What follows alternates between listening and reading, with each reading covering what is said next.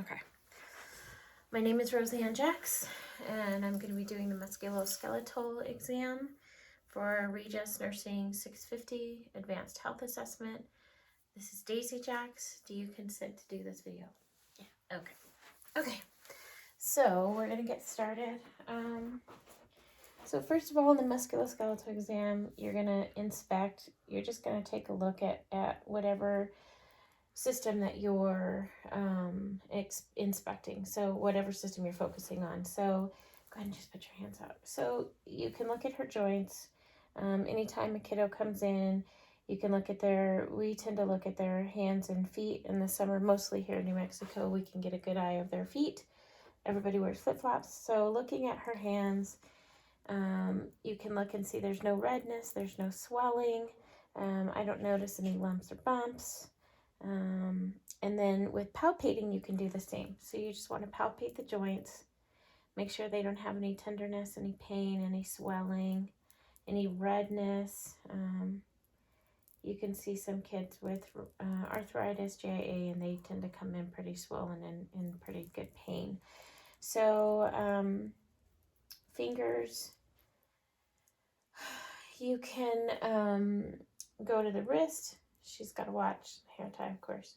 No tenderness, no swelling, no pain.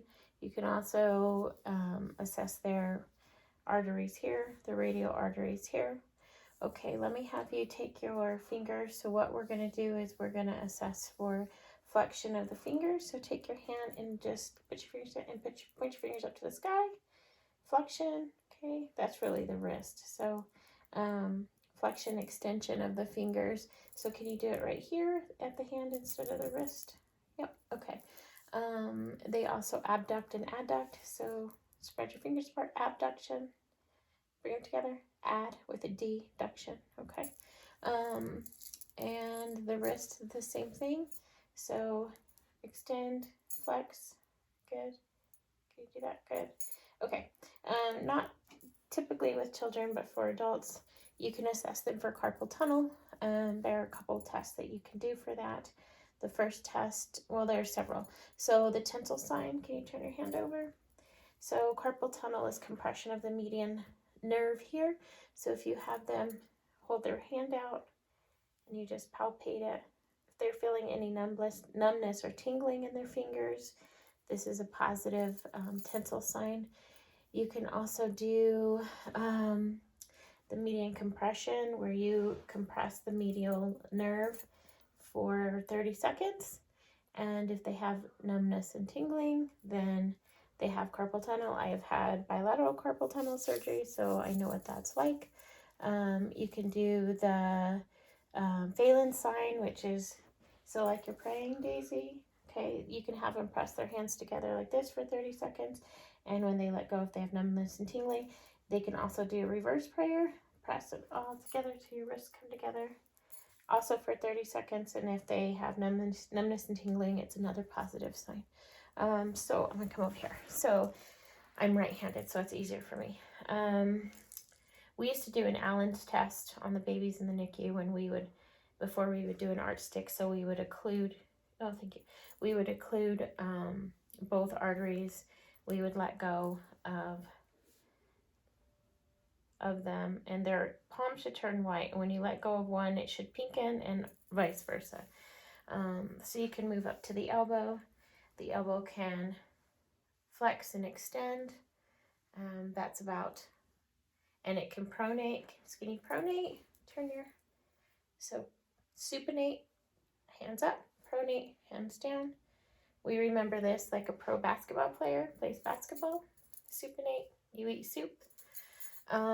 You can also, when you're looking at the elbow, you can palpate for the medial and lateral epicondyles, which are here. A lot of times when people come in with pain of these, it can be golfer's elbow or tennis elbow. So you can go there. Looking at the shoulders, go moving up. It's okay. You can start at the suprasternal notch and work your way out. The acromion process. You can feel the scapula. And just feel like everything is normal. You don't feel any bumps, lumps, deformities, pain when you're doing it. You want to do it to both sides when you do your exam. You want to make sure that you are looking obviously at both sides. For the sake of this exam, I'm only doing one. You can look at your arms. So can you raise your arms up over your head, out and over your head? So that's extension, and then back behind your back. Back behind your back this way. Oh. That was flexion, excuse me, or extension, sorry. This is flexion. Arms away from your side, abduction to your side, adduction with a D. They can also, can you take your arm and touch your shoulder blade back here? That's internal rotation. And then like you're brushing your hair, and external. So let's go ahead and stand you up right here and face this way from me. I'm trying to get you in the camera. So when you have a patient in the office, just go ahead and look straight. You want to inspect their spine. This bump here is usually, sorry, let me move the camera. No, it's okay, go ahead. Is usually, this is C7, which you see the protruding. This is about where C7 is. You want to make sure, just look straight ahead, kiddo. It's okay, you can leave your hair. You want to make sure that the spine goes in, and out, down to about the sacrum. So you want to inspect, and you can go down the spine. You just want to make sure there's no step-offs. And are you in any pain when I do this? If I hit somewhere that there's pain, just let me know. You can also kind of see if the spine is straight while you're doing this, but no step-offs, no pain, no funny feeling vertebrae. Another way that you can assess for scoliosis is go ahead and bend forward and try to touch your toes. So for kiddos, we do this in the office where you can see when they bend if their spine is straight or not. And actually in clinic this week, you can go ahead and sit up. There was a girl that came in that was 12, and I was doing this exam, and we ended up having to refer her because she probably has scoliosis. I did not follow up on the x-ray because I had to go see another patient, but it was pretty obvious that she probably had scoliosis. Let's see. So you can do that to test for scoliosis, but that's also flexion. And then can I have you bend back? Bend back. This is extension. Okay, go ahead. And then rotate side to side.